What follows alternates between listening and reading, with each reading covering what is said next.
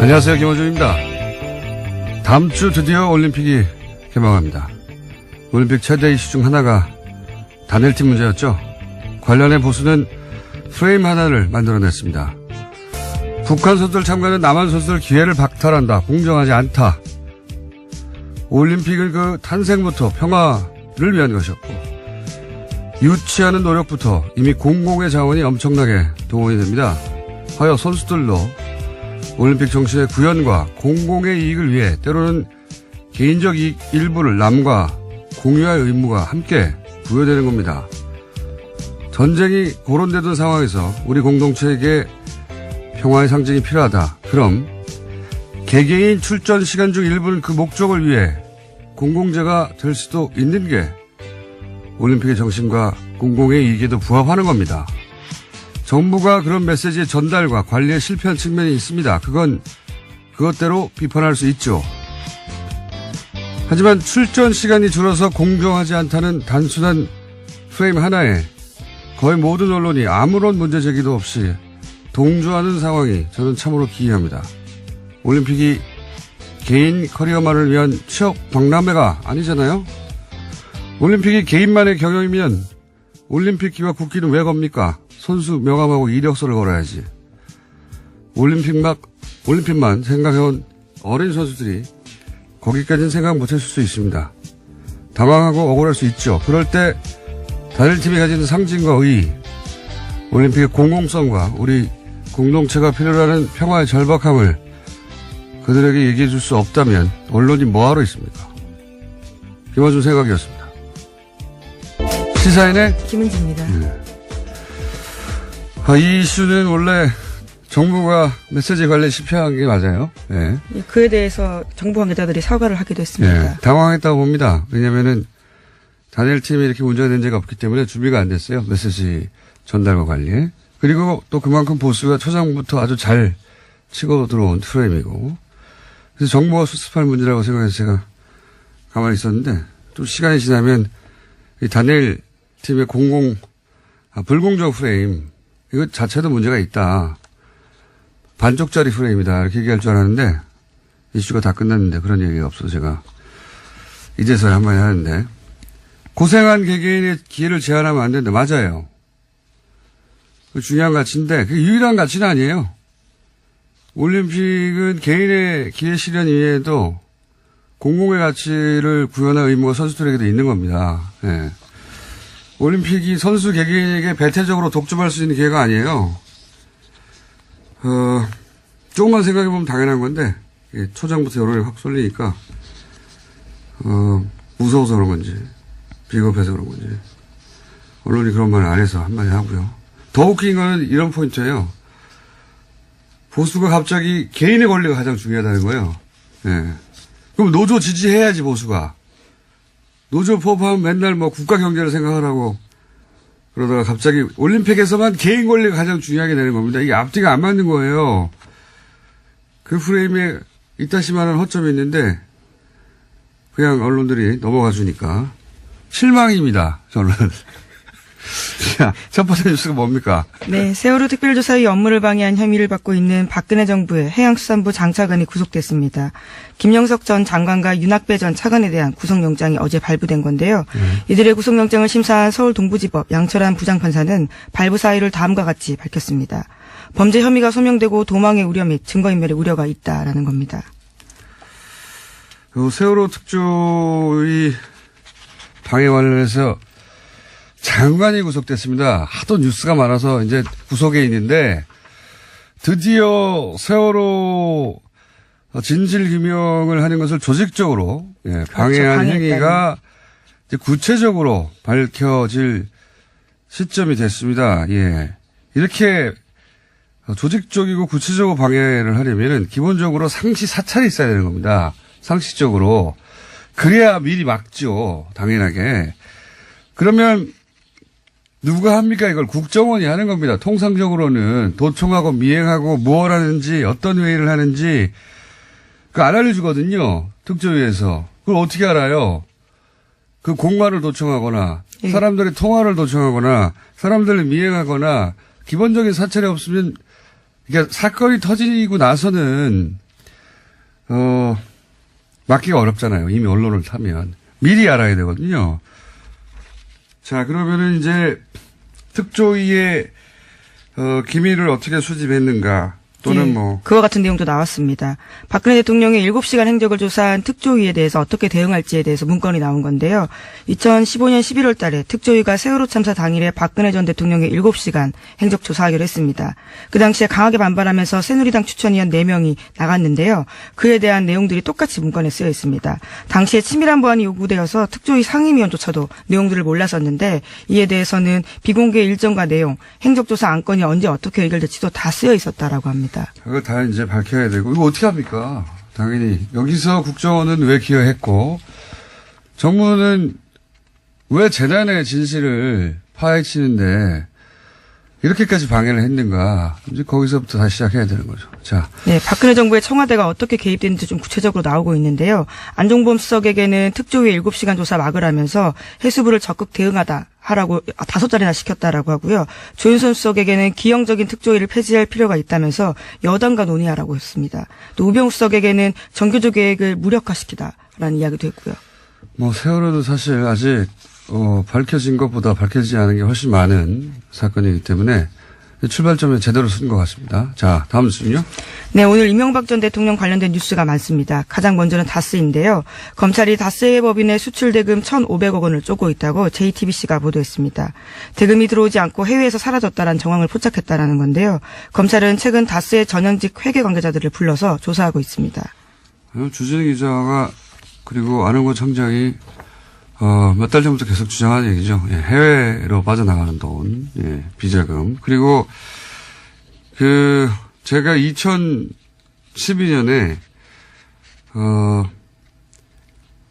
싱가포르에서 예, 이런 비자금이 그쪽으로 모인다 이런 첩보를 입수하고 그때부터 추정한 적이 있어요.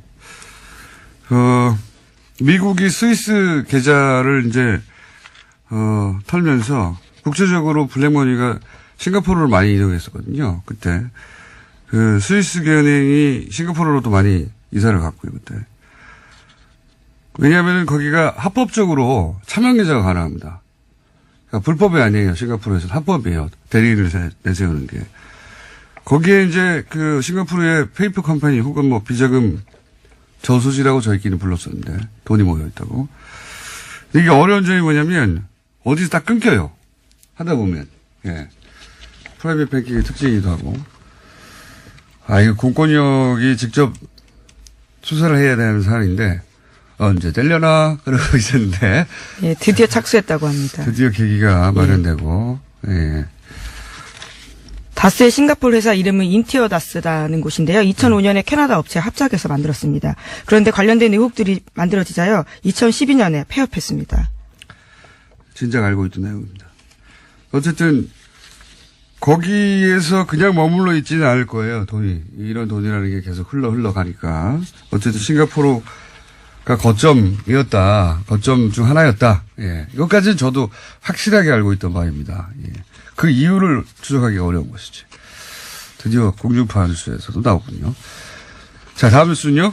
네, 이명박 전 대통령의 큰 누나의 아들인 조카 김동혁 씨라는 사람이 있습니다. 이 김동혁 씨가 최근에 검찰의 비공개 조사를 받았는데요. 검찰 조사에서 모친에게 상속받은 부동산이 사실은 이명박 전 대통령의 차명 재산이다라고 진술했다고 합니다.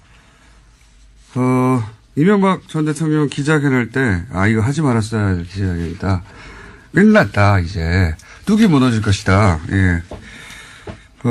이게 이제 저희가 처음에 다스는 누구 겁니까? 라고 다스를 공격한 것도 사이버사나 국정원 댓글은 훈련된 조직원들이 그 가운데 있어요. 진실이 끝까지 가는데. 혹은 공직자들이 있고. 하지만 다스는 민간인들의 회사입니다. 그리고 이런 경우에는 어디 방어막 한 군데 구멍을 뚫는 게 중요합니다. 거기가 무너지면 심리적으로 다스가 뚫렸어요. 그러면 다른 것도 심리적 저지선이 같이 무너지는 거예요. 이거 나만 혼자 이거 방어하고 있으면 뭐해? 이렇게 이제 무너지기 시작하는 거죠. 외삼촌 땅 우리가 가지고 있는데 이거 다 예, 드디어 사실을 말하게 되는 그러니까요. 겁니다. 이명박 전 대통령 참여유사이다라고 얘기하게 되는 것이고 이런 일들은 점점 더 많이 벌어지겠죠. 이제 시작에 불과하다. 예. 다음 뉴스는요? 예, 또 영포빌딩 압수수색하면서 관련된 내용들이 굉장히 중요한 게 많이 나왔다라고 SBS가 보도하고 있는데요. 이명박 전 대통령이 재임 시절에 다스 관련된 보고를 직접 받았다라는 증거를 검찰이 확보했다고 합니다. 검찰 관계자에 따르면 이명박 전 대통령 쪽에 급소를 찔렀다라고 할 정도로 스모킹 건이라고 하는데요. 아직 구체적인 내용이 나오진 않았습니다. 그래요? 급소를 찔렀어요? 네, 그런 표현이 있습니다. SBS가 그렇게 보도하고 있는데요. 급소는 뉴스공장이 지난 7월부터 찔렀어요. 예, 시사인도 함께했습니다. 계속 찔렀는데 청와대 민정하고 공권력을 동원해서 돈을 찾고 그 과정을 청와대 민정이 뭐 자기 혼자 결정했겠습니까? 청와대 대빵이 시켰지? 민정이 왜 그걸 혼자 해요? 그리고 민정이 왜 사기업하고 계속 연락을 합니까? 그 사기업과 연락한 문서들도 진작에 공개했고요. 그렇지만 검찰 조사가 중요한 건 그때 이제 노수공장에서 여러 가지 문건을 들고 얘기했지만 대통령이 보고를 받았다고 하는 문건이나 증거를 여기 이 부분은 검찰만 확보할 수 있는 거죠. 예, 그걸 검찰이 확보했다면 이제 완성이 되는 거죠, 그림이. 자, 다음은요. 네, 김재정 씨와 관련된 이야기도 여러 차례 말씀드렸습니다. 이명박 전 대통령의 처남인 고 김재정 씨가 일종의 키맨이다라는 건데요. 그와 관련해서 상속자인 부인 권모 씨가 검찰 조사 받았습니다. 상속세 탈루한 의혹으로 받고 있는데요. 이와 관련해서 상속자인 부인 권모 씨가 아니라 제3자가 상속 과정의 문제점을 검토한 흔적이 발견됐다라고 합니다. 발견된 지 4개월 넘었어요. 뉴스공장에서 계속 얘기했어요. 제3자가 했다고. 안홍구 총장님이 그렇게 얘기를 많이 했었고, 예. 하지만 이게 다 이제, 뉴스에, 지상파가 가장 정제해서 내놓는, 뉴스에서 보도되기 시작했다는 게 중요한 거죠. 자, 다음 순요. 네, 이명박 정부 사이버사령부의 정치관여 의혹 수사를 은폐무마한 혐의로 구속된 전 국방부 수사팀 관계자 기억하실 겁니다. 최근에 구속이 됐는데요. 이 관계자가 심경의 변화를 일으켜서 적극 진술을 하고 있다고 합니다. 상부 지시를 받고 핵심 진술을 덮었다라는 이야기입니다. 이게 다스 효과라는 겁니다. 저기가 뚫렸네? 나 혼자 방어한다고 지금 내가 방어할 대상, 우리 이명박 전 대통령이 보호가 되지 않네? 나만 하면 뭐해? 이런 심리적 저지심에 뚫리는 효과가 있어. 다른 분야도 다 이렇게 될 겁니다. 네, 오늘 아침 경향신문 보도인데요. 구체적인 내용들이 꽤 많이 나오고 있습니다. 그러면서 윗선 규명에 힘이 나고 있다라고 하는데 김관진 전 장관이 구속됐다 풀려나가면서 한동안 소강 상태였는데 다시 한번 속도 내고 있다고 합니다. 다 무너지게 돼 있다니까요. 그 기자회견 하지 말았어야 돼요. 아무 내용도 없는 기자회견. 아무것도 없나 보다. 이렇게 되는 거거든요. 자, 다음 순요. 네, 서지영 검사 이야기도 안 할 수가 없는데요. 이번 주에도 JTBC에 출연해서 처음으로 피해 사실 털어놓은 다음에 계속해서 법무부의 부실 대응 비판됐습니다. 이와 관련해서 박상기 장관이 피해 사실을 적시한 서 검사의 메일을 받았는지 여부가 어제 하루 종일 논란이 됐습니다. 저도 이 뉴스 봤는데 저도 이 뉴스를 보면서 굉장히 이상한 지점을 발견했어요. 이제 법무부 관계자 발로 첫 뉴스가 나왔죠. 네, 뉴스원 보도였습니다. 네, 장관이 이메일을 확인했는데 메일 받지 않았다고 하더라. 여기서부터 출발됐거든요. 법무부 관계자 발로. 네, 직접 메일을 받은 사실이 없는 것으로 확인했다라는 보도였습니다. 그리고 나서 이제 좀 이따 공식 브리핑에서 받았다고 하니까 거짓 해명, 말 바꾸기 이게 이제 하루 종일 보도된 내용인데 이 탐사 보도를 오래 해온 저로서는 이거는 진짜를 놓친 뉴스다. 껍데기만 본 뉴스다. 최초로 제가 아무도 이 말을 그렇게 저녁 때문에 그런 얘기 나올 줄 알았더니 그게 안 나와서. 왜냐하면은 서검사 측에서 메일 보냈다고 했어요. 답장을 받았다고 했어요. 메일은 법적의 증거 능력이 인정받을 만큼 확실한 물증입니다. 이제는 상대 손에 메일이 있어요. 그죠? 이거를 있다고 하는데 일부러 거짓말해서 상대 손에 있는 증거를 없앨 수가 없는 거예요.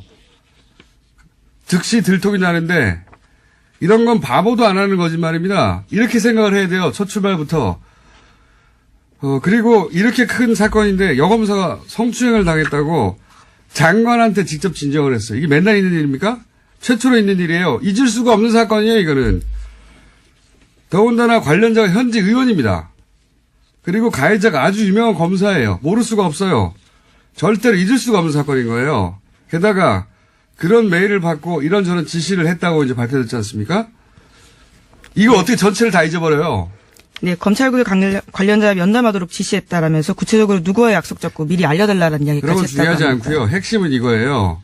잊을 수가 없는 겁니다. 장관도 잊을 수가 없고 또는 숨기로 했고 해도 숨길 수가 없고 그리고 거짓말도 불가능하고 게다가 지시를 이행한 사람도 너무 많고 이렇게 상식적으로 생각하고 단 다음에 그 다음에 사건을 재구성을 해야 되는 거예요. 일부러 거짓에서 빠져나갈 수도 없죠. 잊을 수도 없는 사건이죠. 그 다음 생각해야 될 거는 그러면 그 법무부 관계자가 장관을 메일을 안 받았다고 했잖아요. 그렇죠? 예, 해당 보도에 따르면 그렇습니다. 법무부 관계자가 정말 법무부 장관에게 확인을 하고 기자에게 그런 말을 한 것인가. 제가 보기엔 이 사태의 진짜 주인공은 이 법무부 관계자입니다. 그 관계자가 장관님 메일 안 받았어요? 받았어요. 확인을 했는지 여기서부터 다시 확인해야 되는 거예요. 제가 보기엔 이거 거짓말입니다. 확인했다는 건. 다시 말씀드리지만 상대한테 물증이 있고 잊을 수 없는 사건인데 면담한 직원도 있어요. 관계자가 많아요. 아는 사람이 너무 많아. 장관이 거짓말해서 피할 수도 없고 얻을 이득도 없어요. 이렇게 생각을 못하면 기자들이 관성적으로 그냥 법무부 관계자와 법무부 브리핑이 차이가 나. 아싸 거짓말 이렇게 기사 쓴 겁니다. 이렇게 하면 맨날 껍데기 기사가 나오는 거예요. 진짜 질문은 그 관계자는 왜 그랬냐. 10중 8구 제가 보기엔 거짓말했어요. 이걸 파야 진짜 뉴스가 나온다. 법무부 장관이 조직 장악이 안 된 건가? 아니면은 이전 정부의 인사 일부가 사보타지를 하고 있는 건가? 이걸 못 보면 진짜 뉴스가 안 나오는 거예요. 왜냐하면 이렇게 하고 나면은 가해자는 사라지고 박상기 법무부 장관만 남는 거예요. 사건의 주요 인물인 것처럼. 하여튼 마음에 안 듭니다. 요새.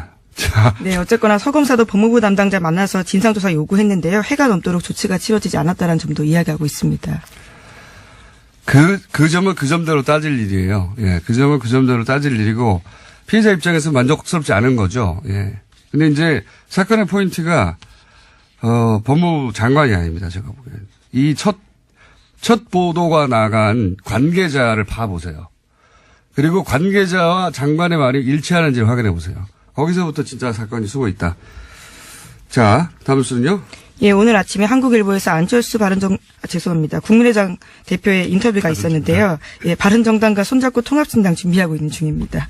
이에 대해서 지방선거 이야기가 좀 나왔었는데 6.13 지방선거나 재보궐선거 출마 등 모든 가능성이 열려있다라는 이야기를 했습니다.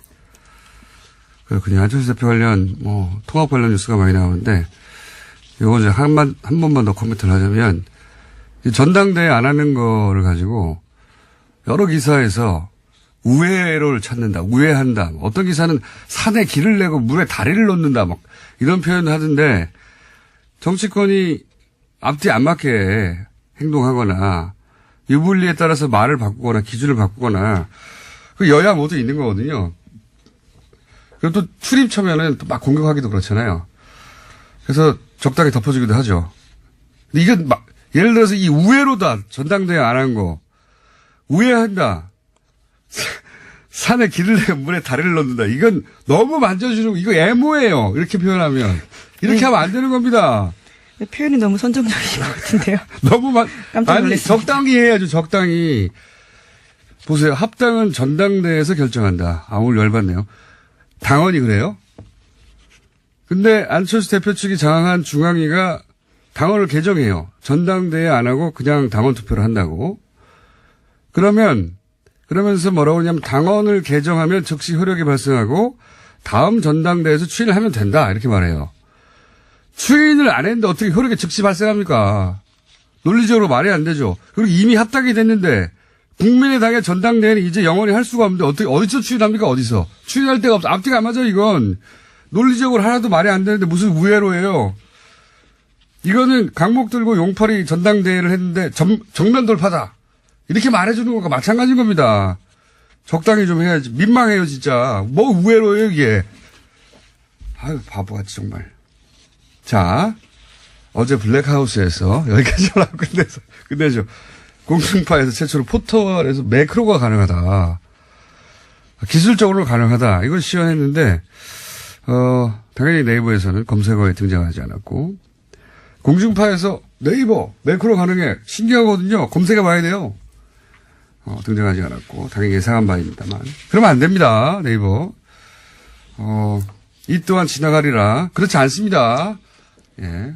블랙하우스 한번 검색해 보시고, 다른 건 몰라도, 그건 보셔야 됩니다. 매크로가 가능하다는 거. 오늘 뉴스도 많고 할 말도 많았네요. 네. 답답한 하루였습니다. 자, 지금까지. 김은지였습니다. 감사합니다. 참. 네. 바로 끝내면 안 되는군요. 미니가 하나 준비되어 있습니다. 정세현 전 통일부 장관님 전화 연결됐습니다. 죄송합니다. 같이한 장관님. 안녕하세요. 예, 안녕하세요. 근데 왜 그렇게 화를 내요, 아침부터? 뉴스를 읽다 보니 갑자기 띵 해가지고요. 그래, 됐지. 됐죠. 예. 일리 있어요. 장관님도 갑자기 훅 가실 때 있잖아요. 네. 네, 그래요. 갑자기 저희 연결드린 것은 이제 뭐 올림픽 내내 중간중간 연결드리겠다고 했는데 저희가 하루 이틀 놓쳤는데 열병식 관련한 뉴스도 있고 그리고 뭐 금강산 안 가는 뉴스도 있는데 우선 북한이 금강산에서 행사 안 하겠다고 갑자기 나온 이유는 뭐라고 보십니까? 뭐 여러 가지 이유 있다고 생각해요. 일석 3조 정도. 일석삼조. 하는 생각인데. 예. 첫째는 남쪽에서 그 금강산 문화행사를 비롯해서 예. 남북이 이렇게 뭐 공동원하고 또 공연하고 하는 걸 가지고 무슨 북한의 체제 선전이니 네. 또는 뭐 한미동맹을 이간시키려고 하는 거니 하는 식의 보도들을 일부 언론에서 하지 않았습니까? 많이 했죠. 그다음에 예. 또, 예. 그다음에 또 2월 8일 날 하게 돼 있는, 건군절 행사, 70주년 건군절 70주년 행사도 그것도 무슨 올림픽에 오기로 해놓고 그 전날 하는 법이 어딨냐. 이게 완전히 그 위장평화공세다 내지는 갈라치기다 뭐 이런 비난을 하는 데 대해서, 불쾌감을 표시하면서 첫째. 두 번째는 대내적으로 그 남북한 공동 문화 행사를 하는데 우리 사람들만 가서 관중석에 앉아 있을 수는 없잖아요. 네. 북한 주민들도 데려와야 되거든요. 근데 그 금강산 근처에 있는 사람들 데려오는 것도 간단치가 않고 왜냐하면 굉장히 못 사는 동네입니다. 네. 그러니까 다 어떻게 보면은 옷도 헤입히고 등등 아니면은 평양에서 데리고 와야 돼요. 원산이나. 그 교통 문제도 간단치가 않아요. 북한의 지금 현재 형편으로는. 특히, 기름은 뭐, 하나도 못 들어가게 하면서 자동차 움직이는 것이 쉽지 않고, 동원이 어렵죠. 그 다음에 세 번째는, 이제 북쪽 공연도 하지만, 네. 우리 쪽에서 가서 공연할 거 아니에요? 네. 우리 쪽에서 가서 공연하는 거에 대해서 북쪽이 좀 부담을 느낄 겁니다. 무슨 얘기냐면, 지난번에 그 블랙하우스 때 잠깐 보였던 그 베이비복스 평양 공연. 네. 그 베이비복스의 평양공 같은 걸 보고 북한 사람들이 느낄 문화적 충격. 예. 그리고 그것이 체제에 미치는 영향 이런 거 생각하면은 이게 득될 것이 없다. 핑계 없냐? 이번에 남쪽에서 뭐 여러 가지 비난하는 거에 대해서 그 핑계 대고 이거 이제 차라리 안 하는 게 낫겠다 하는 결정을 하지 않았나. 복합적인 원인이 있다는 거죠. 그렇군요. 예. 여러 가지 사정상 이건 안 하는 게 낫겠다고 이제 종합적으로 북한이 판단했을 것이다. 예. 네, 그 대신 마식령 스키장에 뭐 공동 훈련을 한다 하는 것은 그 별로 그렇게 접촉 기회가 없어요. 선수들끼리는. 예. 스키이기 때문에 이게 기록 경기 아닙니까 스키가. 그러니까 실제로 갔다 온 그 기자들 얘기 들으니까 각자 북한 선수 한 번 쭉 타고 내려오고 네. 우리 선수 타고 내려오고 뭐 그러고 끝났다. 별로 이렇게 물론 만나서 뭐 이야기하고 하는 그거는 뭐 좋은데 이 같이 어울리는 시간이 적기 때문에 그건 부담을 별로 안 느꼈을 겁니다. 그렇군요. 이제 이 공연도 하고 남측에서 가서 오래된 시설들도 이제 이용해야 하고 뭐 북한 입장의 형편도 있고 또 남한에서는 이걸 또 비판도 하고 하여튼 복합적으로 기분도 나쁘고 형편도 어렵고 현실적인 어려움도 있고 뭐 이런 차원일 것이다. 네. 듣고 보니 그러네요. 예. 예. 이건 어떻습니까? 또 한 가지는 건국절 열병식. 북한에서는 건군절. 건군절, 예, 국이 아니라 건군절. 이거는 우리 입장에서는 올림픽 전날인데 이렇게 퍼레이드를 해야 되느냐. 뭐 이런 분명히 입장이 있을 수 있고, 북한에서는 아니 이거는 이쪽 행사인데 니네가 이것까지 못하게 하면 안 되지. 뭐 이렇게 입장이 갈리는 건 한편으로 양쪽을 생각해보면 당연한데요. 결국은 이 행사를 하겠죠, 당연히. 그렇죠. 이게 원래 북한의 건군절이 예. 1948년 2월 8일이 건군절입니다. 예. 지금으로부터 70년 전이죠. 예. 그런데 그러다가 78년부터는 건군절을 4월 25일로 바꿨어요. 그게 이제 1932년 4월 25일 그때 21살짜리 김일성이 예. 김성주였죠. 처음에는 항일 빨치산 항일 유격대를 만들었다고 하는 날이 4월 25일이에요. 그거를 건군절로 이렇게 만들었어요. 예. 그때부터 78년에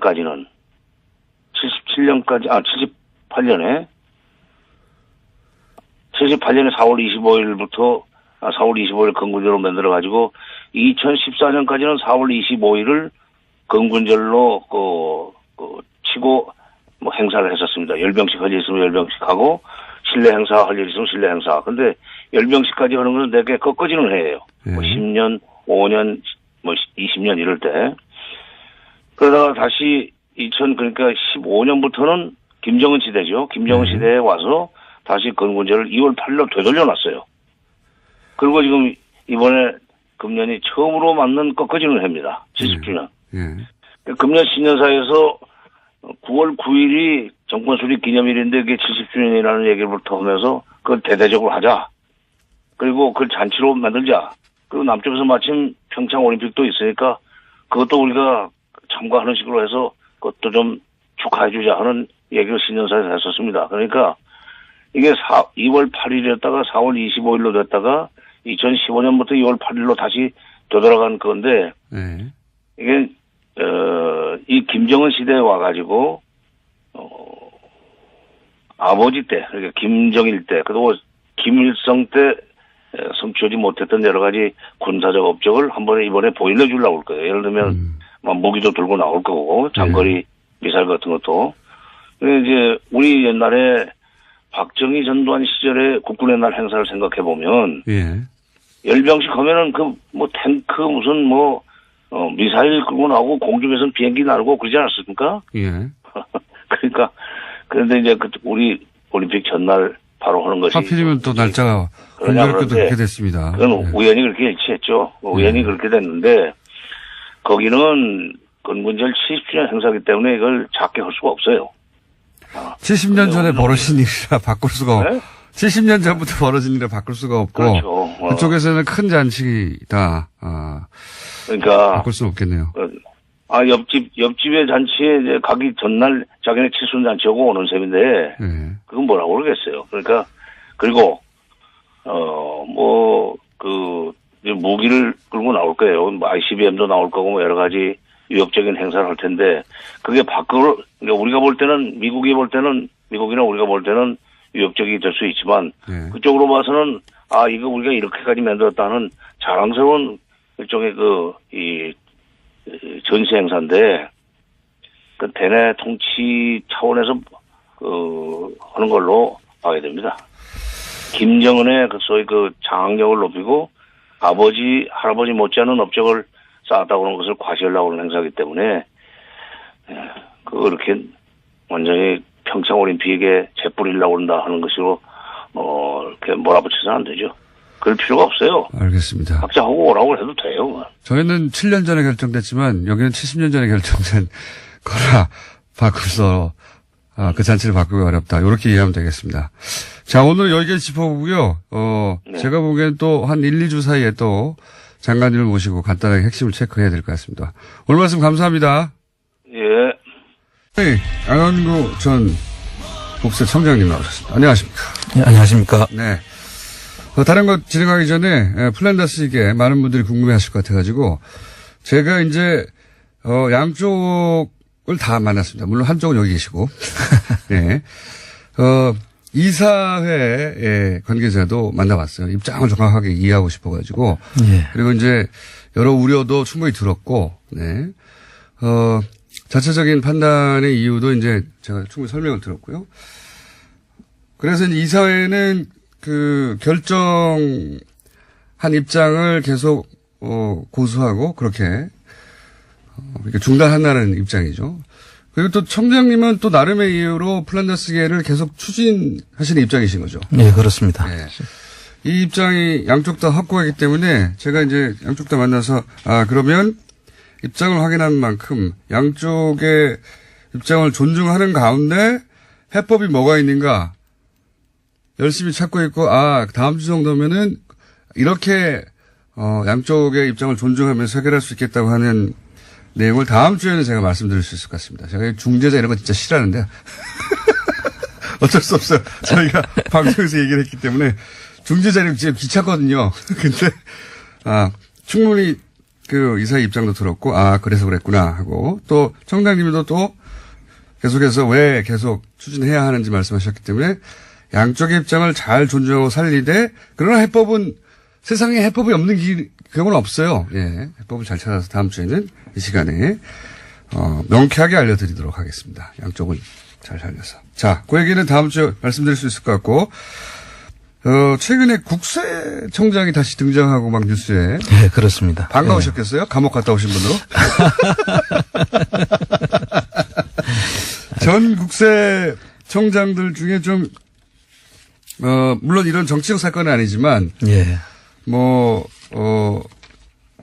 그렇게 이제 명예가 추락하거나 그런 경우가 있긴 있었죠. 근데 이번엔 좀 케이스가 다릅니다. 케이스가. 예. 정부의 그 하청 혹은 청부사죠. 이건 청부 사찰에 동원된 거 아닙니까 이게. 지금 이명박 정부의 국세청 정말 그 사악함의 끝이 어딘지 어디까지 추락해야 될 것인지 네. 정말 참 너무 답답한 그런 상황인데요. 지금 간단하게 얘기하면 이현동 전 국세청장이 당시 일을 시작했을 때 국세청장이 아니었죠. 그렇습니다. 요약하면 김대중 전 대통령 그리고 노무현 전 대통령의 해외 비자금을 찾기 위해서 국정원이 프로젝트를 가동했고 그때 이제 자금 추적하는 데는 국세청이 짱이니까 국세청의 이런 핵심 인물들이 국정원으로부터 돈을 받고 게다가. 예. 그것도 대북 특수공작비를 전용해서 그 돈을 받고 또 그 돈 일부는 또 미국 국세청에 뇌물로 줬다는 거예요. 뇌물로 주고. 그리고 이게 국세청은 무슨 그 국정원이 흥신소나 심부름센터로 활용한 것 같아요. 그러니까요. 그걸 기꺼이 수행했고 근데 열심히 찾았는데 아무것도 없더라. 그렇죠. 그래서 덮었다. 그게 이제 덮었기 때문에 영원히 묻힐 수 있었는데 이번에 엉뚱하게도 원세훈 전 국정원장을 뒤지다가 그렇습니다. 그분이 또 이명박의 최순실이라고 제가 부르기 시작했는데 거기서 구멍이 쑥쑥쑥 나가지고 여기까지 온 거예요. 예. 그리고 이게 지금 다른 것보다 제가 가장 붕괴하는 이유는 지금 돌아가신 대통령 두 분입니다. 이게 살아 계시는 분들도 아니고 돌아가신 두 분 대통령을 욕보이기 위해서 그렇죠. 음해하려고 하는 거 아닙니까? 그러니까요. 이거는 부관 참시에 하려고 하는 거거든요. 그러니까요. 네. 이거는 정말 천인공노할 일이라고 저는 생각합니다. 말도 안 되는 짓에 그 동원된 인원 중에 국세청장이 등장해가지고 이거 안홍근 청장님하고 자세히 얘기해봐야 되겠다. 예. 내부 사정을 잘 아시는 분으로서 이게 이제 쭉 한번 읊어주시죠. 어떻게 된 건지. 전후. 그러니까 데이비슨 또는 연어 이런 공장명으로 이제 돌아가신 두 분 대통령을 음해하기 위해서 미국까지 직원들을 공조직 직원들을 보내가지고 파견해가지고 뇌물까지 써가면서 그 사실을 파악하려고 했었다는 것이고. 노무현 대통령 살아계실 때는 한상률 전 청장이 노무현 대통령 뒤를 캐는 역할을 한 거 아닙니까? 그죠? 그렇죠. 그랬다가 나중에 결과적으로 태강실업 세무조사를 통해서 노무현 대통령이 돌아가시게 된 그런 그 결과를 가져왔고요. 그 이어받은 분이 이제 지금 이현동 전 청장이라는 거 아닙니까? 그리고 그 뒤에 다시 또 그 DJ 비자금 때문에 독일 가서 전번에 얼마 전에 국민의당의 그분이 그 이야기를 하면서 비자금이 얼마 있는 거 뭐 봤다 검찰에서 봤다 해가지고 그렇죠, 문제가 된 그렇죠, 적 있죠. 그런 것들이 있어가지고 그때 국세청이 난장판이 됐거든요. 그 한상률 청장이 있을 때 이미 그때 노무현 그리고 김대중 전 대통령을 이제 뒤를 캐기 시작했고. 그렇죠? 그렇습니다. 네. 그래서 그게 문제가 돼가지고 한상률 씨가 미국으로 도망가고 뭐 도망갔죠. 도망갔습니다. 예, 그렇게 됐는데. 네, 도망갔는데 그 돈 어디서 났는지 추적해야 돼요. 예. 그 부분도 지금 남아있지만 네. 그 뒤에 이현동 씨가 이 사실을 다 알고 있는 사람이잖아요. 그렇죠. 어떻게 난리가 났는지. 예. 그래서 그거를 그대로 이어받아 가지고 그것도 국정원하고 짝짝꿍이 돼 가지고 지금 이런 일을 벌였다는 거 아닙니까? 그러니까 한상률 청장은 그게 드러나는 바람에 청장직을 내려놓고 어쩔 수 없이 미국으로 이거 도망입니다. 진짜로. 예. 예. 도망가서 당시 미국에서 비자 연장이 현지에서는 안 되는데도 불구하고 정부가 비자 연장까지 해주면서 네. 거기 도망가 있으라고 했거든요. 그러면 국세청에서는 야, 이거 정부 하청 그 서찰하다가 난리가 났다. 이렇게 다 알고 있는데도 불구하고 그 다음 청장이 또 이런 일을 한 거 아닙니까? 몰래. 그러니까요. 이게 있을 수 없는 일이죠. 그렇게 조직을 망가뜨려 놓고 또 이 일을 저질렀다는 것. 그리고 저는 이 혼자 개인이 한 일은 아닐 거라고 생각합니다. 예. 그 좀 이유를 설명해 주십시오. 이게 지금 미국까지 보내려고 하면 예. 미국 국세청하고 접촉하는 조직이 있었을 거 아닙니까? 예.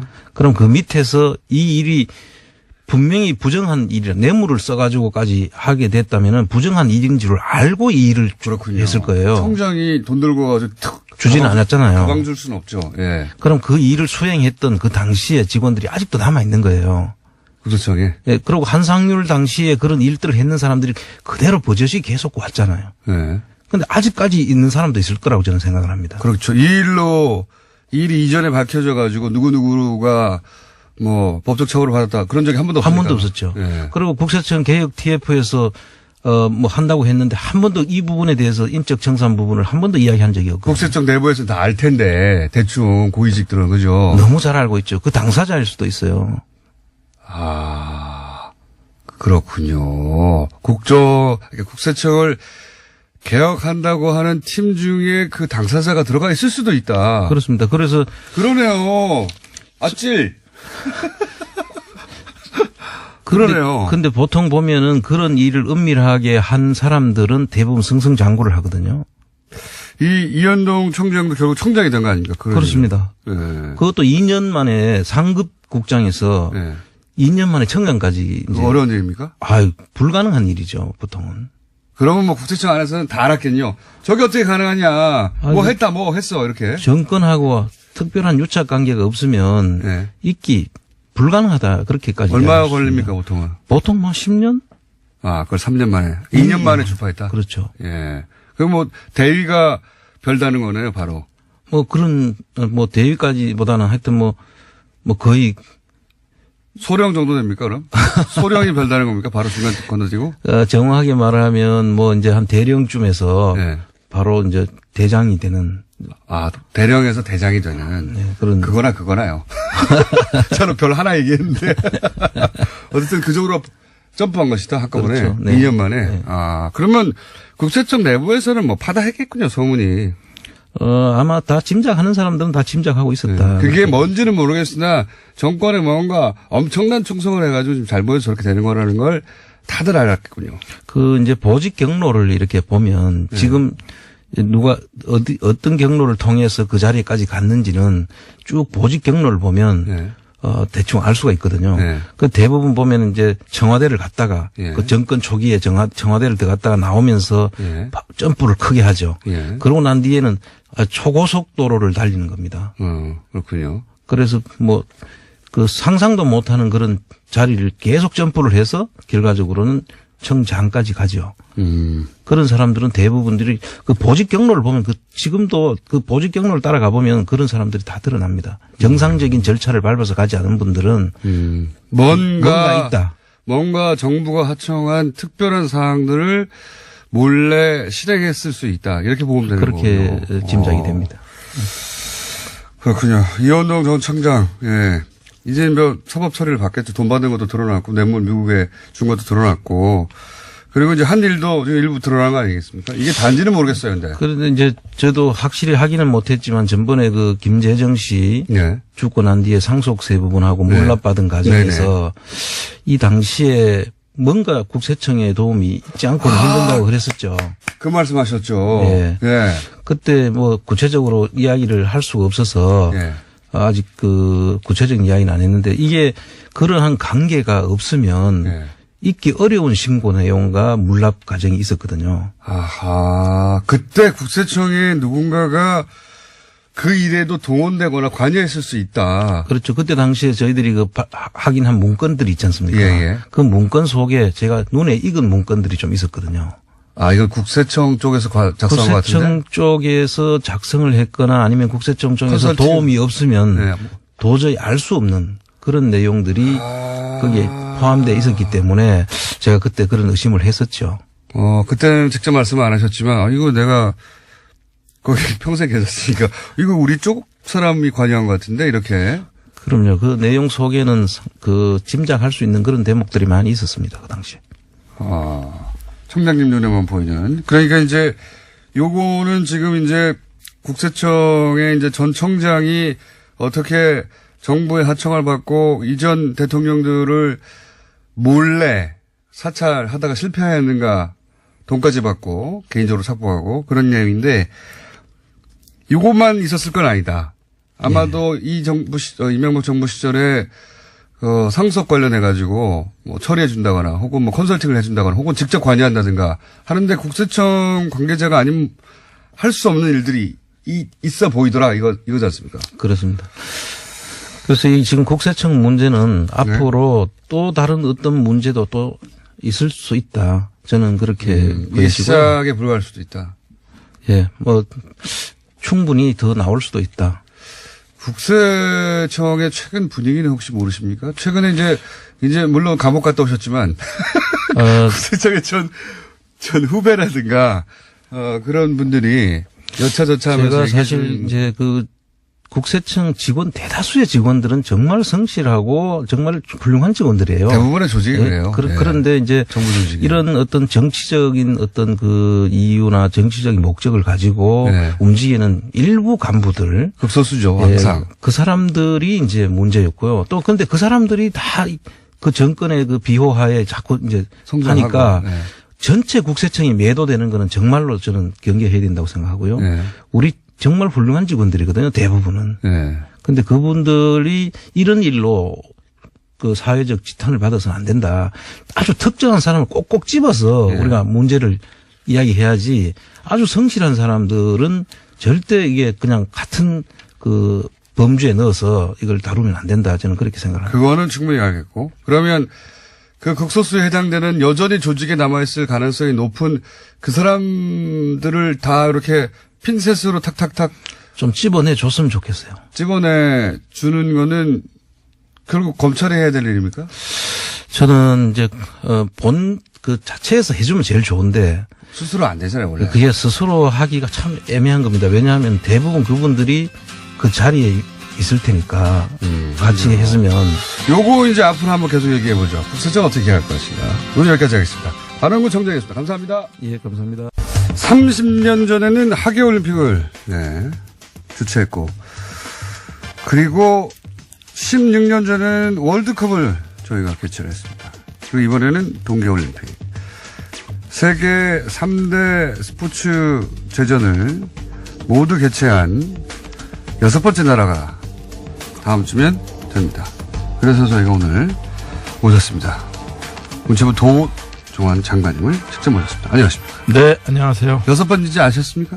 5번째입니다. 틀렸네, 내가. 세다 보니까 6번째 같은데. 러시아가 되는 거 아닙니까? 또 저희가 5번째라고 얘기할 때는 세계 육상선수권 대회 같이 큰 대회까지를 포함해서 이런 빅 이벤트를 다 치른 나라는 5나라밖에 없다. 이게 저희의 늘 주장입니다. 그럼 6번째, 5번째 팩트 체크를 이미 다 하셨다는 거죠? 네. 그럼 제가 틀린 걸로 하겠습니다. 모르실 줄 알았는데. 장관님은 이제 다른 얘기 하기 전에 국회의원 비례하실 때 네. 예, 재선도 안 나간다고 하셨잖아요. 예. 근데 무려 장관식이나 계속 하시고 네. 욕심쟁이 아닙니까? 네, 그렇게 뭐 말씀하셔도 할 수 없고요. 제 앞에 어떤 운명이 기다리고 있을지 저는 잘 모르겠다라는 말씀을 드린 적이 있는데 자꾸 사회적 역할 같은 것들이 저에게 이제 주어져서 저로서는 이제 굉장히 큰 부담을 안고 이런 일들을 하고 있습니다. 재선 국회의원도 할 수 없이 하시는 네. 거고요. 장관도 할 수 없이. 네. 네. 나는 하기 싫은데 시대가 나를 원하니까 할 수 없이. 예. 욕심쟁이. 네. 자, 요 얘기는 여기까지만 하고 마음고생을 좀 하셨죠. 예. 그렇습니다. 예, 네. 문체부가 주관해야 하는데 우선 뭐 단일팀이라든가 한반도기라든가 이렇게 갑자기 이슈가 돼서 예, 정부가 집중적으로 질타받을 줄 모르셨죠. 그렇습니다. 몰랐습니다. 예. 그 얘기부터 한번 해보죠, 이제. 이 단일팀은 이제 우리가 자체적으로 결정할 수가 없고, IOC가. 그렇죠. 예. 승인을 해줘야 되는데. 네. 스위스 로잔의 이 승인 과정에 직접 참여하셨죠? 네네. 예. 일단 그게 제대로 잘 안 알려진 것 같은데, 그 내용을 좀 자세히 설명해 주십시오. 어떤 과정을 거쳐서 됐어요? 우선 단일팀 관련해서는요. 네. 제안을 저희가 지난해 6월 무주 세계 태권도 선수권 대회가 열려서 북한 태권도 시범단, ITF 시범단이 무주에 왔을 때 장웅 IOC 위원이 왔어요. 그래서 장웅 IOC 위원에게 우리 이희범 평창 올림픽 조직위원장이 예. 제안을 단일팀을 포함한 여러 가지 제안을 했고요. 예. 했고 또 IOC 위원장 토마스 바우 위원장에게 또 똑같은 제안들을 했고 우리가 진작에 했군요. 예. 우리가 단일팀 협상에 나서겠다고 했더니 IOC 위원장이 창구를 단일화해달라. 우리가 나서겠다. 이래서 이제 북한의 참여 문제를 포함한 우리가 지금 여러 가지 마식령 스키장을 가보고 싶다. 서로 공동 훈련을 남북이 왔다 갔다 하면서 하자. 금강산에서 문화제를 하자. 예술단 내려와 달라. 그다음에 태권도 시범단 다시 내려와 달라. 응원단은 왔으면 좋겠다. 이런 제안을 포함해서 IOC에 이미 했었던 거고요. 네. 그래서 단일팀 문제도 거기에 포함돼서 논의가 됐었는데 그 이후에 이제 여러 가지 핵실험, 정치 군사적 상황 때문에 논의가 묻혔다가 예. 1월 1일 날 그렇죠. 거기도 김정은 위원장이 이제 평창 올림픽에 참여하겠다라고 말을 하면서 이 문제가 다시 논의가 되면서 9일 날 고위급 회담에서 남북이 같이 단일팀을 한번 만들어 보면 어떻겠냐라는 논의를 시작한 거죠. 예. 최종 결정은 20일 날 IOC에서 했는데요. 남북은 그렇게 합의했지만 이제 그 결정을 IOC에서 해줘야 되니까. 그렇죠.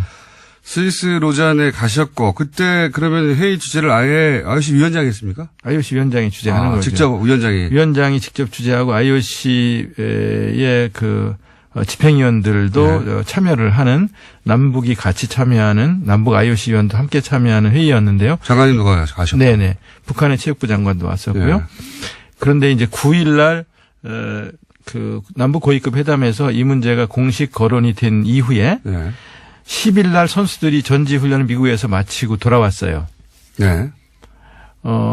이때 아이스하키 선수들이 여자 아이스하키 선수들이 이때 9일 날 이 문제가 거론되자 바로 왜 선수들한테 안 물어보고 니들이 결정하느냐라는 얘기가 나왔고요. 왜 우리 언론을 통해서 우리 선수를 왜 희생시키느냐. 네. 그다음에 단일팀을 갑자기 만들면 팀워크가 제대로 만들어지겠느냐. 그렇죠. 이런 문제 제기들이 터져나왔어요. 터져나왔죠. 충분히 제기할 수 있는 문제들이라고 생각하고 타당성이 있는 문제 제기라고 생각하고요. 그 점에 대해서 충분히 답변을 못 드린 거에 대해서 죄송하게 생각을 정부가 하고요. 준비가 안 됐었죠 그때. 네, 그렇습니다. 정부가 단일팀 역대 단일팀은 항상 환영받는 이슈였지. 네. 단일팀의 문제를 이거 공정하다 공정하지 않다는 프레임으로 공격을 정부를 향해 한 적이 한 번도 없었어요. 네네. 네. 그러다 보니까 정부가 이걸 어떻게 대응해야 되는지 초기에는 당황한 눈에 보이더라고요. 그죠? 네네. 그래서 10일 날 선수들이 들어온 뒤에 바로 제가 직접 아이스하키, 한국 아이스하키 협회, 우리나라 아이스하키 협회장과 전무이사 등 임원들을 만났고요. 그래서 이 문제에 대해 상의를 했고요. 그 다음에 세란 모레이 감독이 돌아온 11일 날 아이사키 감독. 우리 차관과 체육국장이 직접 진천에 내려가서 선수들과 감독을 만나서 설명을 했고 이해를 구했고요. 그 뒤에 다시 그 다음 날은 대통령이 직접 선수촌에 내려가셨고요. 그리고 대통령이 내려가셔서 이해를 구했고 그다음에 선수들이 저를 보자고 하더라고요. 그래서 선수들이 이야기하자고 그래서 제가 또 선수들과 감독과 함께 대통령 장관 다 선수들 만났다. 선수들이 직접 만나자고 해서 선수들과 1시간 넘게 선수들과 이야기를 나눴어요. 선수들이 가장 우려하는 문제 또 도와줬으면 하는 문제들을 갖고 이야기를 나눴는데요. 선수들은 우리 피해가 있으면 안 된다. 피해가 있는 거 아니냐라는 문제를 포함해서 개인적으로는 당연히 그 문제가 궁금했겠죠. 그다음에 만약에 그럼 단일팀이 된다면 국가가 우리한테 해줄 수 있는 게 뭐냐. 당신들이 우리한테 해줄 수 있는 게 뭔데요? 라고 물어요. 개인적으로 일정 부분 희생하는 게 있으니. 예. 우리한테 해줄 게 있어야 될 거 아니냐. 해줄 수 있는 게 뭐냐. 그래서 요구사항이 뭐냐. 제일 어려운 점이 뭐냐. 선수들은 정말 직접적이네요. 네. 그랬더니 우선 안정적으로 운동할 수 있는 환경, 즉 실업팀이 만들어졌으면 좋겠다. 직장이 있으면서 운동을 할 수 있는. 바라겠죠. 이런 환경을 만들어주는 게 첫 번째 요구다. 가능하겠냐. 그래서 알아보겠다라고 하면서 직접 알아봤고요. 몇 군데에서 하겠다는 기업들이 있었고요. 두 번째, 고1 학생이 3명 있어요. 고2가 또 3명 있어요. 이 학생들이 질문을 하면서 우리는 대학에 가려면 운동을 접어야 됩니다. 없으니까. 체육 특기자를 받아주는 대학이 없습니다. 남자는 5개 대학이 있는데 여자 아이스하키 선수는 없습니다. 우리도 체육특기생으로 받아주는 대학이 있으면 좋겠습니다. 해결이 가능할까요? 그래서 지금 당장 답변은 못하지만 이거는 대학과 논의를 해야 되니까 대학과 논의를 하겠다. 이렇게 답변을 했고요. 실제로 가능한 대학들 알아보고 있거든요. 그러니까 이 두 가지 문제가 제일 우선 선수들의 요구사항이었어요. 그래서 이 두 문제를 해결해 주려고 하는 과정에 마침 수원시청에서 실업팀을 창단하겠다고 했어요. 왜 그러냐면 수원시청은 2016년부터 2020년까지 480억을 들여서 아이스링크를 짓고 있는 중이에요. 마침 아이스링크를 짓고 있는 중인데 이런 상황이라면 우리가 창단하겠다. 창단비 25억 정도 들어가는데 그럼 우리가 창단하겠다. 대신 창단하면 문체부에서도 좀 지원을 해주고 도와줄 수 있겠냐. 그래서 그건 가능하다. 거기까지 알겠습니다. 예. 선수들이 또 하나 요구하는 게 있는데요. 협회에서도 요구하는 게 지속적인 지원이 제일 중요하다. 그래서 2022년 평창 동계올림픽에는 우리 재력으로 8강에 진출하고 싶다. 그때까지 계속 지원해 줄 수 있겠냐. 지원해 줄 수 있다. 이게 선수들이 원하는 거였고요. 그런 논의가 1월 10일, 11일, 12일, 1월 9일 날 처음 문제 제기된 이후에 계속 선수들과 협회가 논의됐던 거예요. 제대로. 예. 그리고 이 논의를 바탕으로 19, 20일 날 스위스 로잔에서 최종 결정을 위한 협의를 위해서 IOC에 갔었거든요. 거기서 가장 논의가 오래되고 또 결정이 어려웠던 것도 역시 단일팀 문제였습니다. 단일팀 문제였습니다. 왜냐하면 IOC는 일단 북한 선수 12명을 받아라. 그래서 IOC가 그렇게 얘기했어요? 그렇습니다. IOC가 12명을 받아라.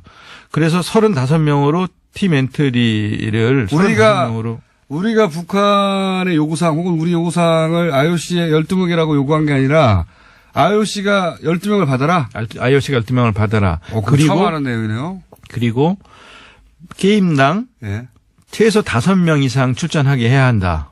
IOC의 요구입니다. 북한의 요구가 아니고 북한의 요구가 아니고 IOC 요구입니다. 그래서 왜 보도가 안 됐습니까, 제대로? IOC가 그렇게 요구해서 우리는 그렇게 받을 수 있는지를 우리 선수들에게 물어봐야 되겠다. 그래서 정회를 시켰어요, 제가. 정회를 하고 그때가 밤 12시 가까운 시간, 한국은 12시 가까운 시간이었는데요. 협회에 전화를 해서 전무이사라든가 또 아이스하키 협회장과 통화를 했고요. 그러면서 감독이 3명까지는 받을 수 있지만 5명은 어렵다고 한다. 너무 많다. 그래서 그러면 이 문제를 가지고 계속 이제 협상을 시도하면서 완전 잘못 알려져 있는 거네요. 그러니까 우리 정부에서는 아이스하키 선수들의 요청을 받아서 3명까지라고 하고 IOC 요구했고, IOC는 아닌데 더 많이 받아라. 그럼요, 예. 5명을 받아라. 예, 예. 전체적으로는 북한이 12명을 받고, 그러니까 이런 거 같네요. 그러니까 IOC에서는 이제 IOC가 단일팀을 계속 관심 있고 밀었던 것은 한반도에 이제 전쟁 위기가 있고 하는데. 그렇습니다. 올림픽을 통해서 그 긴장이 완화되는 것이 굉장히 중요하고 올림픽의 역할이니까. 네. 올림픽위원회에서는 그런 정도 효과를 내려면 당연히 숫자도 오고 생색만 내는 게 아니라 선수도 많이 출전해야 그런 효과가 있는 거 아니냐. 예. 그러니까 더 많이 출전시켜라. 예. 이렇게 한 거네요. 그것도 아주 강하게 요구했었어요. 이거가 어떻게 안 알려졌죠? 이거 문체부가 홍보를 못한 거 아닙니까? 네, 홍보를 못했고 또 공장장님이 우리를 불러주시지 않으셔서 이런 얘기를 할 수 있는 기회가 아니에요. 없었는데요. 그때 불렀는데 너무 바쁘셔가지고 안 오신 거예요. 그때 어디 가신 거면 여기를 오셨어야지 처음부터. 거기다 이제 다 끝난 다음에 오시면 뭐합니까 이렇게. 이제 조금 더 드릴 말씀은 뭐냐면요. 네. 그렇게 강력하게 요구를 하는 바람에 정회를 해놓고 이거 완전히 예상 논의를 하다가 우리가 5명 요구했는데 IOC가 3명으로 줄여라 이게 아니네요. 아닙니다. 거기다가 워낙 IOC에서 세게 요구를 하기 때문에 정회를 하고 우리 선수 입장을 물어보았고 논의를 계속하고 문자를 주고받으면서 우리 아이스하키 협회에서는요 잠을 안 자고 새벽까지 계속 우리와 논의를 해가면서 기다리고 문자를 주고받으면서 했었고요. 연맹 이런 데서도 뭐 발언권 있지 않습니까? 국제 아이스하키 연맹에서는 어떻게 요구를 했냐면은요. 국제 아이스하키 연맹 르네 파젤 회장이 선수를 희생시키기 어려운 국내 사정이 있다면 북한 선수 5명을 더 포함해서 27명의 게임 엔트리를 주겠다는 것이 IIHF 국제 아이스하키 연맹의 공식 결정이다. 와, 다른 나라는 22명이 뛰고 우리는 27명이 뛰게 해주겠다. 예. 그게 가능하냐? 일본이나 스웨덴이나 스위스가 그게 동의하겠냐? 하겠냐? 그랬더니 다 동의 받았다. 이런.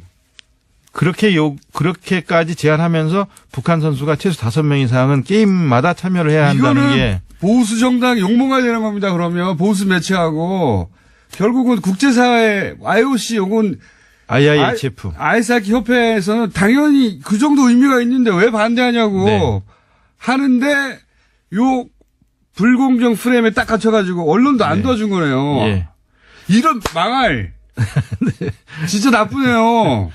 저희는 27명이 뛰게 해주겠다는 IIHF의 요구를 고민을 하다가 이것도 받지 않겠다고 그랬어요. 왜냐하면 일본하고 경기를 해서 우리는 27명이 뛰고 일본은 22명이 뛰어서 우리가 이겼을 경우에 일본 네티즌들이 가만히 있지 않을 거 아니겠습니까? 일본 국민들 입장에서는 또 왜 네. 저게 특혜를 주느냐 할 수 있죠. 네. 비겁하다고 할 테고 지면은 더 창피하고 차라리 깨끗하게 이기든 지든 깨끗하게 22명이 뛰는 것이 낫겠다고 제가 생각을 해서 이건 안 받겠다. 선수들 피해가 있는 게 아니고 거꾸로네요. 네.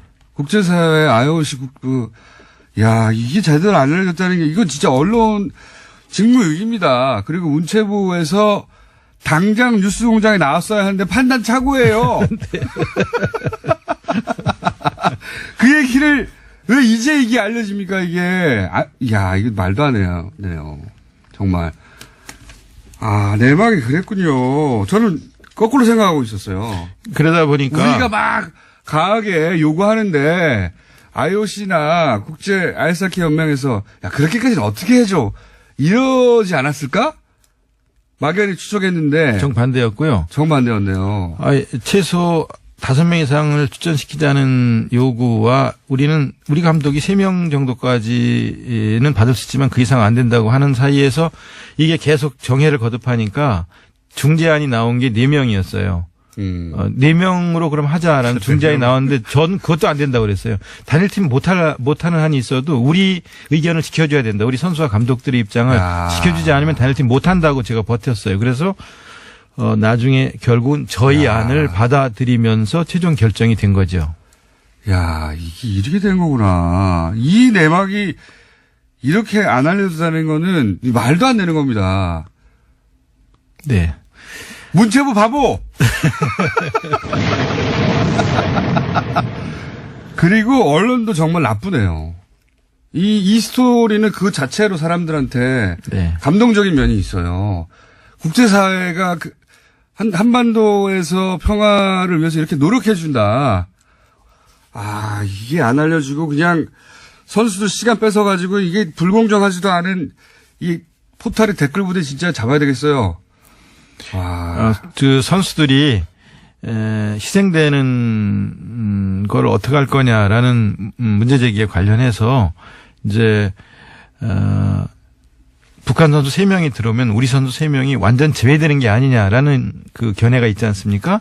그런데 완전 제외된다든가 하는 것은 이제 저희도 이건 안 된다고 생각을 하고 선수 선발은 전적으로 감독에게 맡긴다는 것이 IOC의 결정 중에 또 하나예요.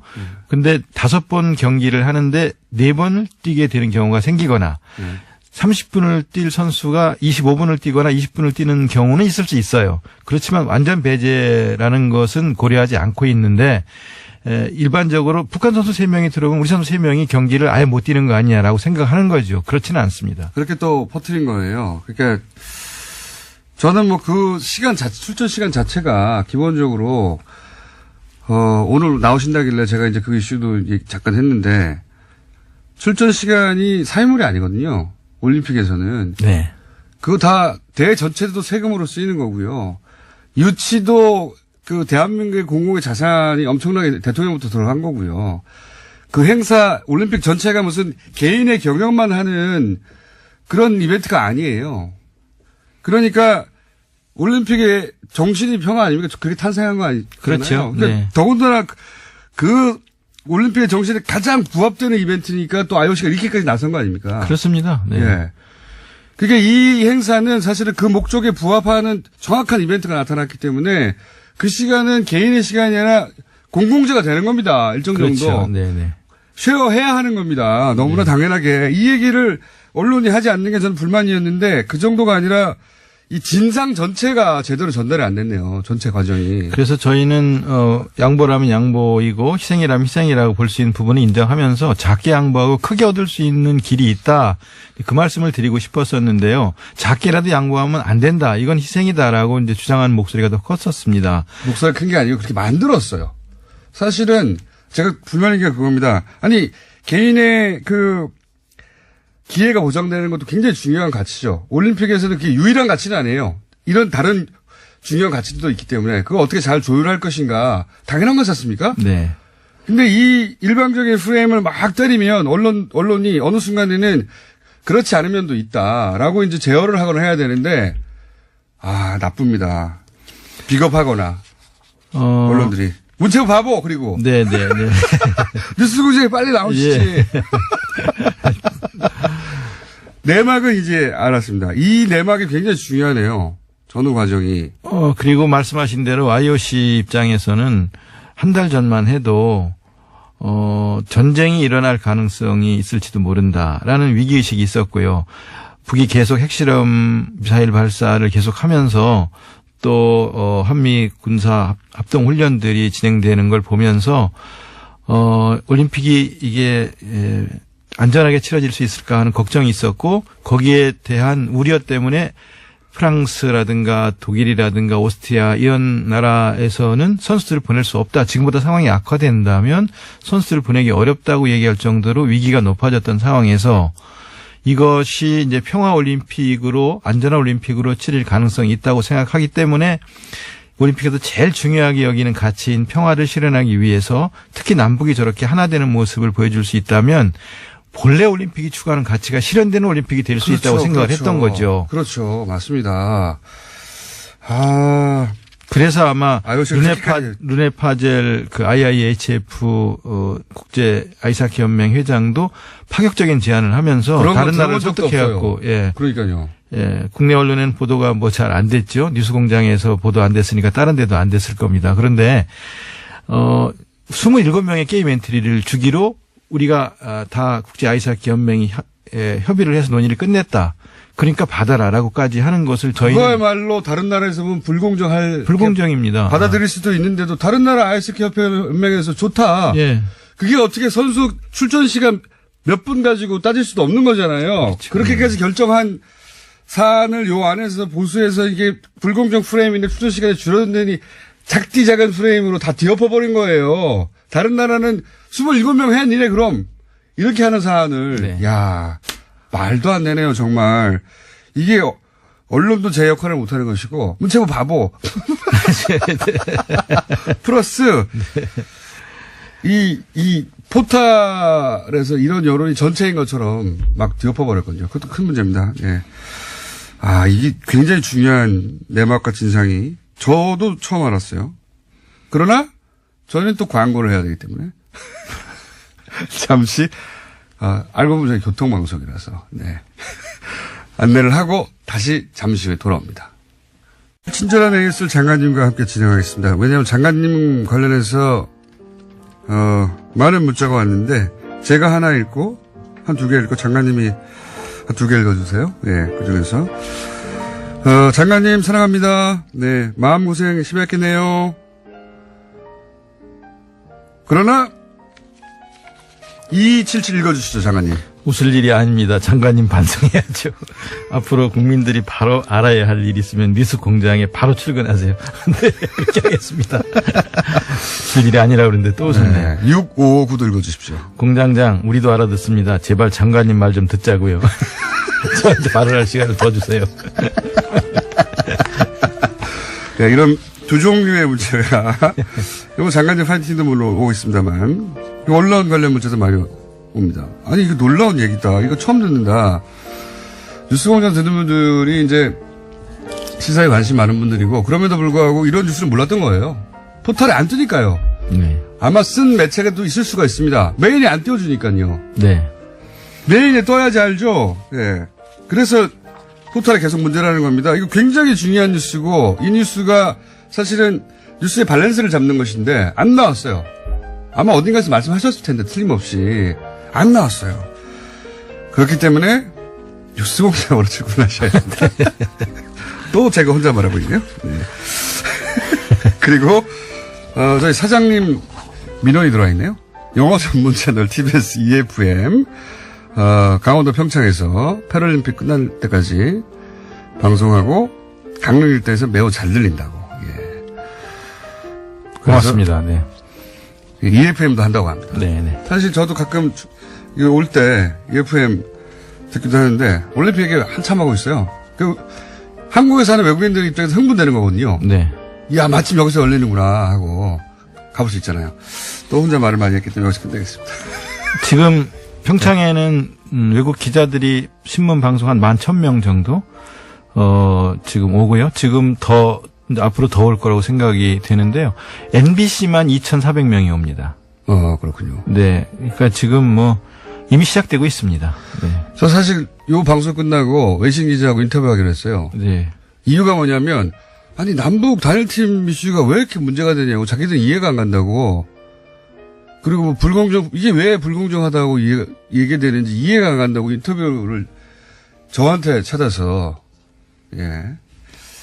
그렇죠. 저는 국제적으로 알려져 있으니까요. 왜 저한테 안 오고 공장장님한테서? 자, 그러면 충분히 이제 어떻게 왜곡되었는지 혹은 절반의 진실만 전달됐는지는 알겠습니다. 내막을 알고 보니 IOC가 훨씬 더 국제 아이스 하키 협회 연맹이 사실 그동안 그러니까 공정한 기회 그걸 넘어서는 가치가 여기 나온 거군요. 전 세계의 평화, 네. 전쟁이 막아지는 올림픽 정신에 가장 부합하는. 그러니까 선수가 몇 명 더 늘어난다는 중요하지 않다. 그리고 이런 일이 벌어졌다는 걸 이제 알았고요. 단일기 얘기만 잠깐 해보죠. 단일기도 이슈가 많이 됐는데 예. 여기 대해서 하고 싶은 말씀 있으십니까? 한반도기를 처음 들은 것은 91년인데요. 예. 한반도기를 남북이 합의해서 들은 깃발로 되게 생각들을 하시는데 IOC의 요구로 시작된 겁니다. 이것도 IOC. 네. 하긴 올림픽에 관련된 건 IOC가 최종 결정권을 다 갖고 있기 때문에요. 되는 거니까요. 1963년입니다. 91년이 아니고 1963년에 브런디지 당시 IOC 위원장이 한반도기 들고 입장해라라고 얘기를 한 겁니다.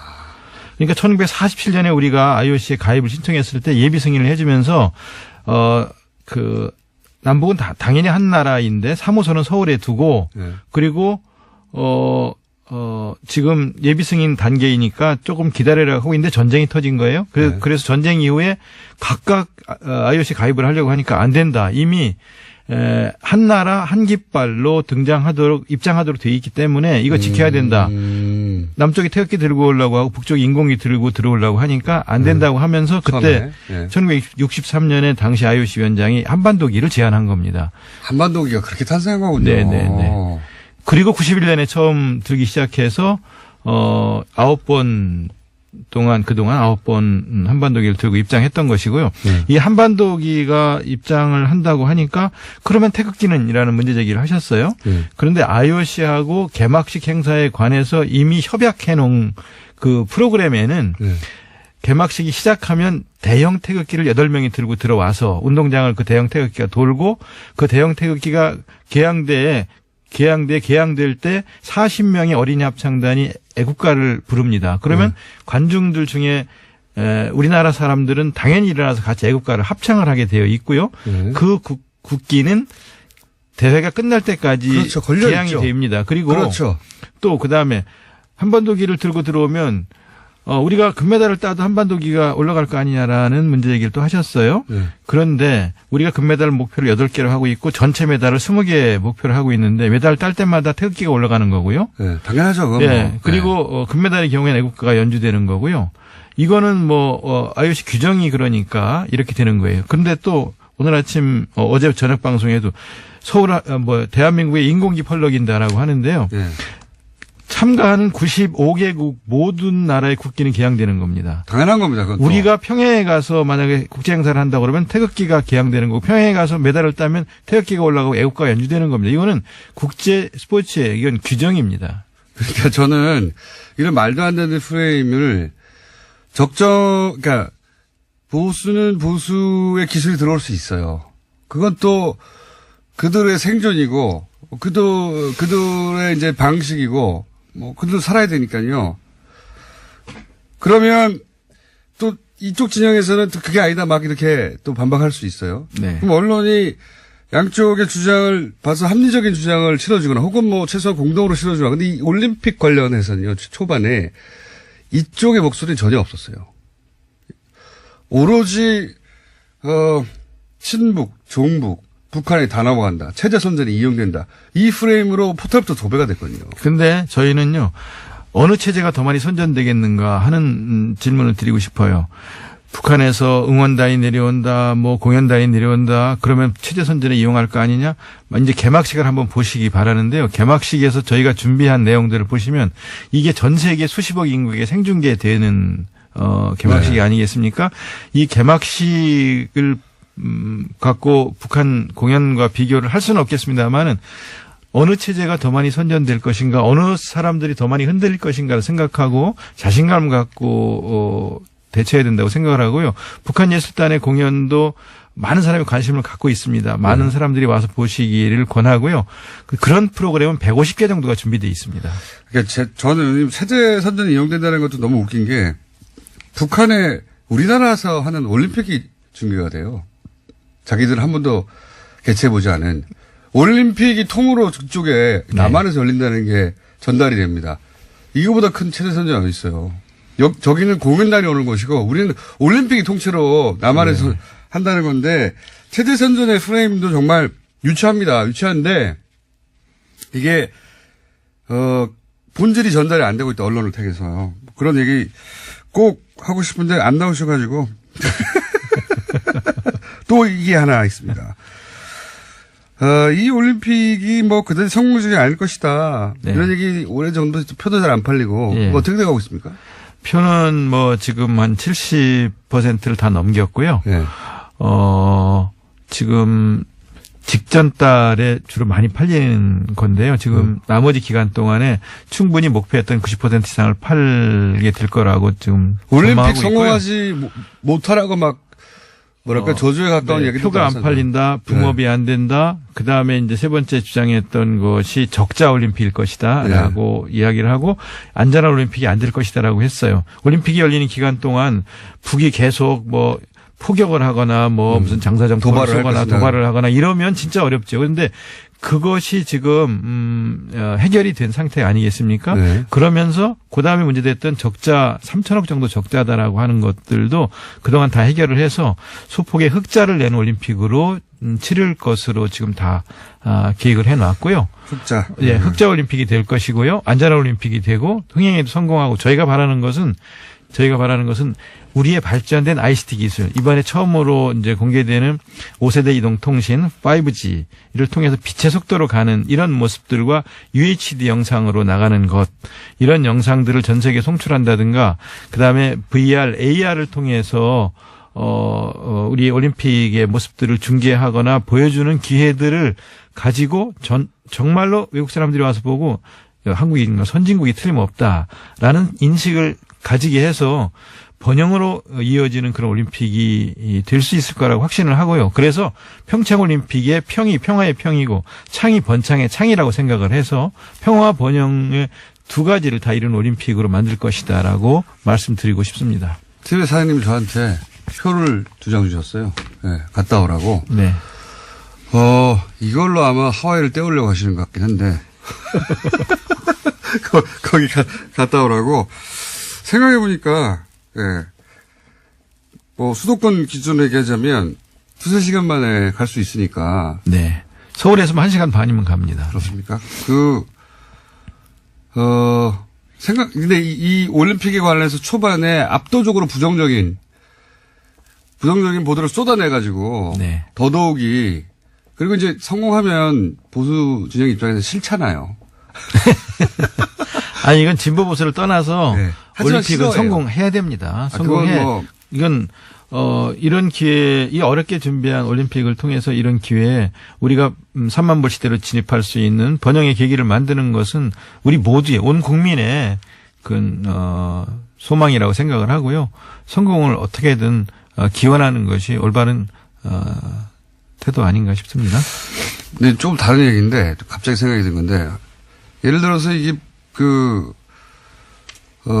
문체부 입장에서 네. 이렇게 편파적인 보도나 혹은 뭐 절반의 진실만 전달하거나 혹은 반드시 알려져야 할 것이 알려지지 않거나 또는 뭐 포털에서 이런 예를 들어서 IOC가 결정한 이야기고 이런 보도가 뭐 메일에 등장하지 않거나 이런 문제에 대해서는 관심이 없으십니까 혹시?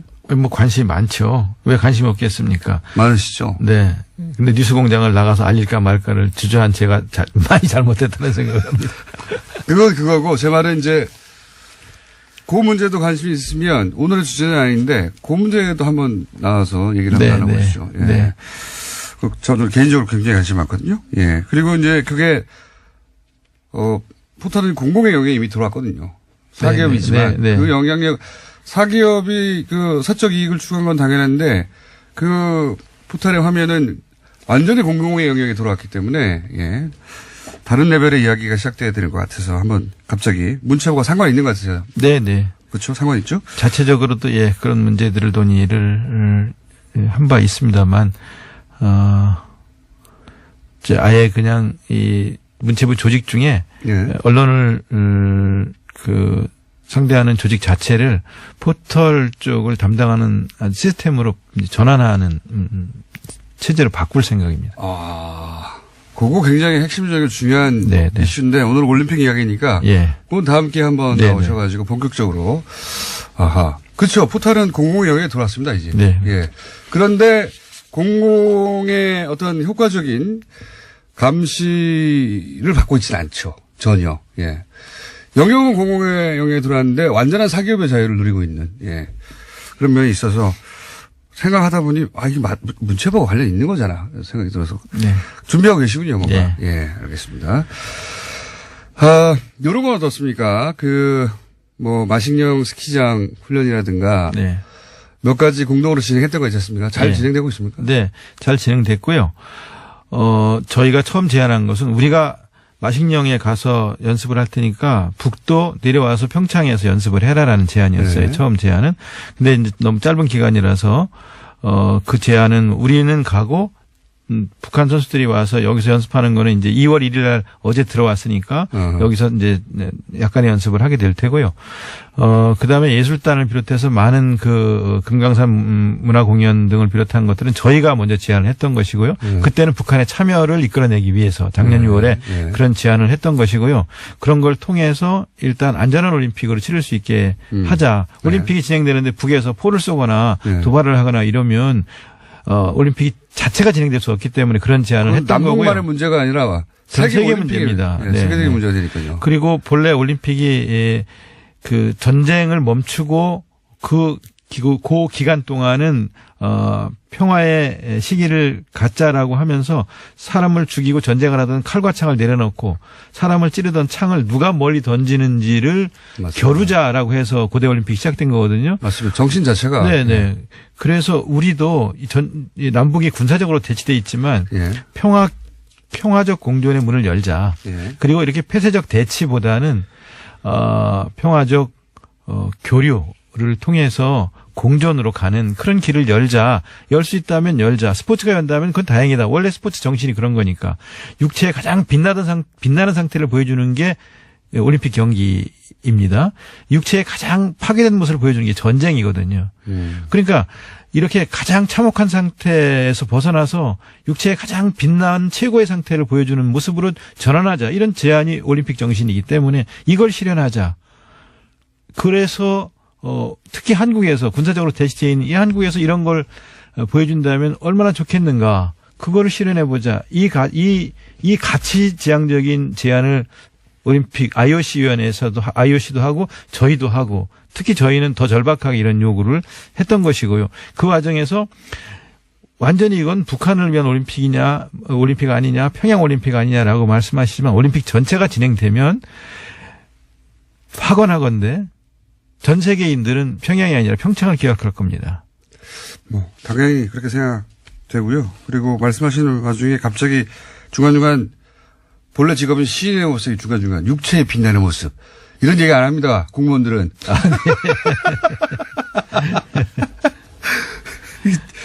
듣다가 이분 시인이셨지? 아니 피겨 스케이팅을 하는 걸 보세요. 그 특히 피겨 페어 남녀가 같이 얼음판 위에서 하잖아요. 그냥 힘만 쓴다고 되는 게 아니고 힘을 적절히 잘 분배하고 균형을 이루면서 아름다움을 창출해내는 것이 피겨 페어예요. 그렇죠. 그리고 하다가 미끄러지는 경우가 있잖아요. 넘어지는 경우가 있어요. 그래도 우리가 선택한 음악이 계속 흐르면 음악이 끝나지 않으면 아름다움으로 다시 돌아가고 다시 일어나기 위해서 또 노력하고 다시 아름다움을 만들어내야 하는 것이 피겨 페어거든요. 우리 삶의 곳곳도 빙판이지만 우리가 선택한 음악이 끝나지 않으면 다시 일어나야 하는 것이 이 피겨다라는 걸 보여주는 그런 것들을 우리가 접할 수 있는 게 올림픽 아닙니까? 시인 맞습니다.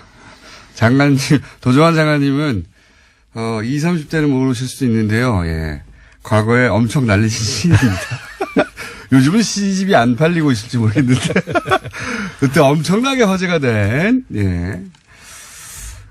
시인이셨고 중간중간에 공무원의 신분을 잃고 갑자기 시인으로 돌아가가지고 그래서 많은 분들이 직접 오셔서 현장에서 일생에 한 번 있을까 말까 올림픽을 직접 보는 그런 경험들을 가지시면 참 고맙겠습니다. 이게 TV를 보셔도 좋지만 TV를 보시는 것과 현장에 와서 보시는 것의 차이는 방 안에 앉아서 통제를 먹는 것과 직접 바닷가에 가서 회를 먹는 것의 차이 정도라고 생각을 하고요. 직접 오셔서 구경을 하시면서 감동적인 장면들을 만나시기를 권합니다. 역시 후반부는 막판은 시인의 모드로 맞습니다. 생각해보면요. 평생 다른 나라의 동계올림픽에 갈 일은 정말로 거의 없어요. 가고 싶어도 이 절차도 가기도 그렇고 표, 숙박 머릿속에 이제 문제가 너무 많거든요. 요거는 기차 타고 가면 되지 않습니까? 1시간 반이면 수도권에서는 강릉이든 평창이든 오셔서 세계적인 선수들이 경기하는 모습들을 보시는 기회를 놓치지 마시기 바랍니다. 초반에 보다가 기차 타고 금방 가면 되는 거 아니야 이거. 1시간 반이면 길 막힐 때 서울 2시간 걸려요 길 막히면. 그런 생각하시고 후반부에 표가 더 많이 팔릴지도 모릅니다. 내가 왜 이거 앉아서 이거 텔레비전 보고 있지? 가면 되는데 이렇게 생각하시는 분들이 아마 그때 가서야 생기겠죠. 네. 언론도 사실 평창 올림픽에 대해서 이렇게 보도도 잘 안 해주고 기본적으로 이런 이슈만 보도하고 그러니까 논란. 그러니까 체육부 기자들이 기사를 쓰거나 방송을 내보내면 좋은데 정치부 기자들이 초반에 기사를 쓰면서 저희가 제대로 대응을 못한 것도 있고요. 또 저희가 뭐 성찰하고 반성해야 될 점도 있고 제대로 알리지 못한 점도 있다고 생각을 합니다. 어쨌든 그럼에도 불구하고 우리나라에서 30년 만에 다시 개최하는 이 올림픽에 많은 분들이 이제 오해도 좀 푸시고 또 같이 손에 손을 맞잡고 성공하는 올림픽이 될 수 있도록 도와주시면 고맙겠습니다. 알겠습니다. 지금까지 신도종환 문체부 장관이었습니다. 다음엔 꼭 여기부터 나오세요. 감사합니다.